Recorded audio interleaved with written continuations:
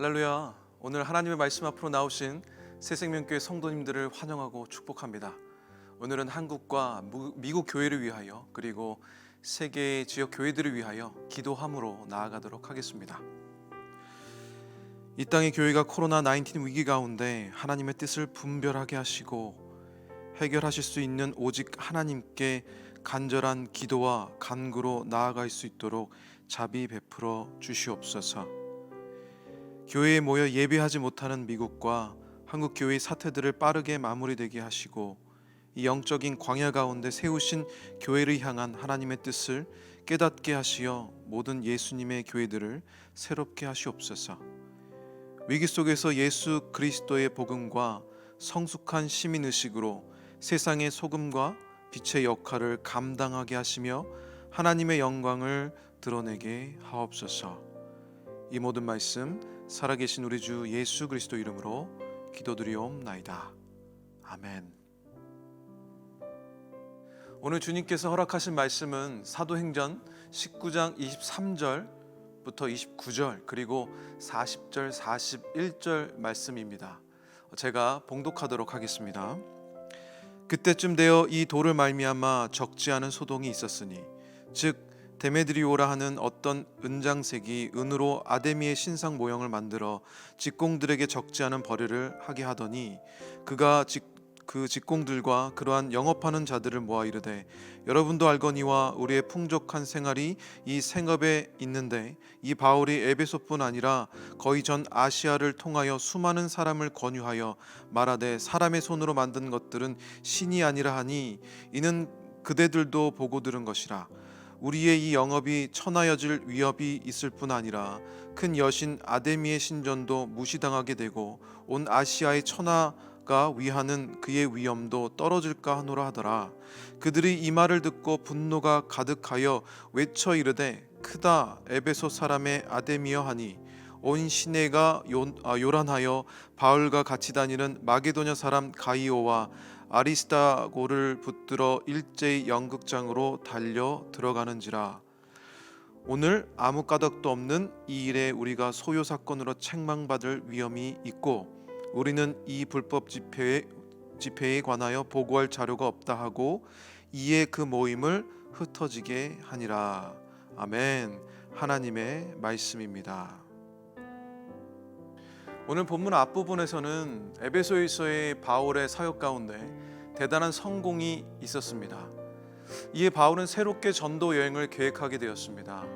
이러한 바울의 전도 계획은 본래 제2차 전도 여행 당시 들렸던 마게도냐와 아가야 지방을 들렸다가 제2차 전도 여행에서의 귀환 때와 마찬가지로 고린도의 겐그레와 항구에서 출항하여 예루살렘으로 갔다가 다시금 로마로 가고자 하는 것이었습니다.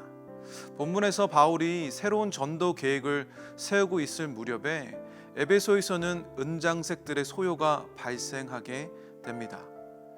초대교회 당시 에베소에서는 아데미 여신에 대한 숭배가 대단하였습니다. 길이와 넓이가 각각 120m와 60m나 되는 신전이었으며 수많은 순례자가 끊이지 않았습니다. 때문에 이곳에서는 아데미 신상이나 신전의 모형을 제작하여서 파는 사업이 번창하였었습니다. 그런데 바울이 복음을 전하면서요, 우상은 헛된 것이라고 전했던 바울의 복음, 그게 진리죠. 그래서 복음을 영접하는 사람들이 늘어나게 되었습니다. 그러므로 이 은장색 사업은 큰 타격을 입게 되었습니다. 오늘 본문은 예수님의 복음이 선포된 곳에서 어떠한 일들이 일어나는지를 단편적으로 보여주고 있습니다. 이 모습들을 바라보며 이미 복음이 선포된 우리 삶 가운데 어떠한 일들이 일어나야 하는지 깨닫는 시간이 되기를 예수 그리스도 이름으로 축복합니다.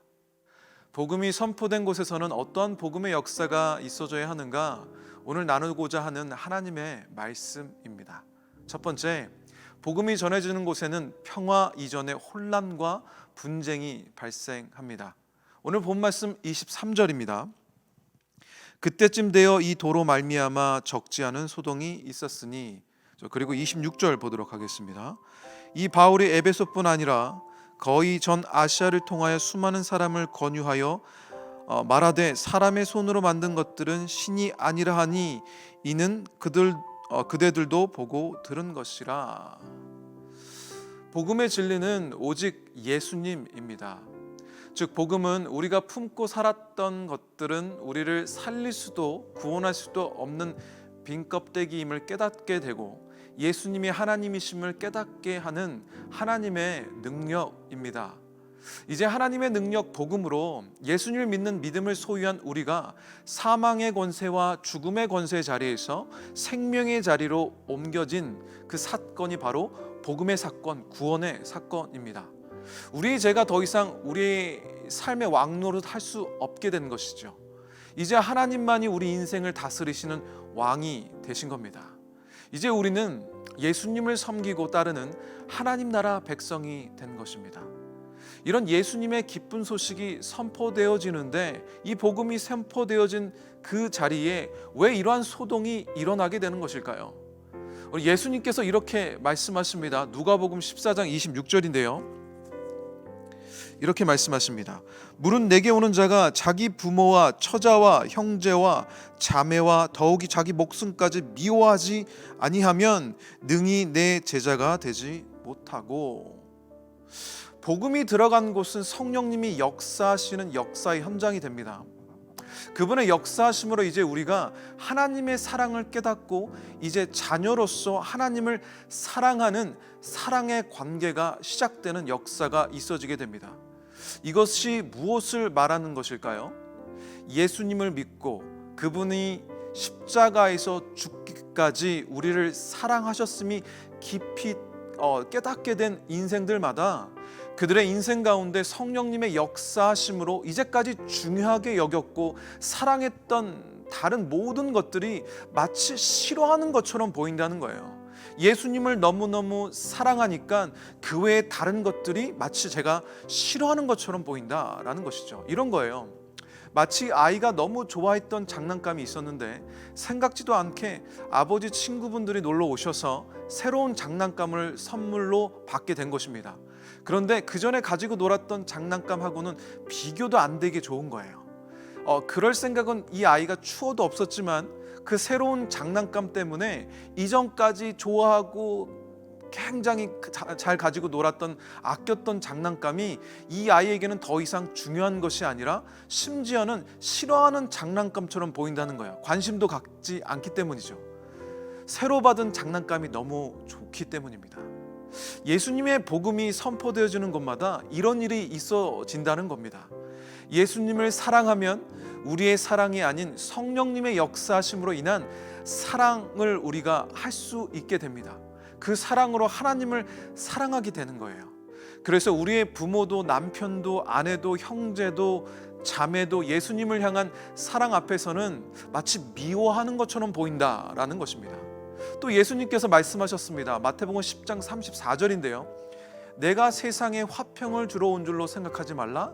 화평이 아니요 검을 주러 왔노라. 지금 이러한 일이 에베소에서 있어지게 된 것입니다.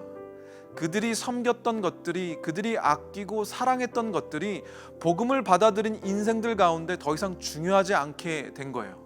즉 아무런 힘이 없는 우상임을 깨닫게 된 것입니다. 그래서 이제 힘이 없는 우상이 아니라 살아 역사하시는 하나님을 붙들고 살게 된 그런 역사가 있어지게 된 것이죠. 그래서 그로 인한 소동이 일어난 것입니다. 그렇기 때문에 인생에 이러한 변화들이 생긴다는 것입니다. 그러면 복음이 선포된 그 자리에 어떤 일이 일어나는가? 두 번째입니다. 복음이 선포된 곳 가운데 모든 것들이 새롭게 재설정됩니다. 사실 우상 타파를 부르짖은 사도 바울의 외침은 당시 아담의 신전을 중심으로 살아가던 에베소 사람들에게는 생업과 자존심의 근거를 뿌리째 흔들어 놓는 중대한 위협이었습니다. 그렇기 때문에 그 사람들이 지금 굉장히 분노하고 있는 거예요.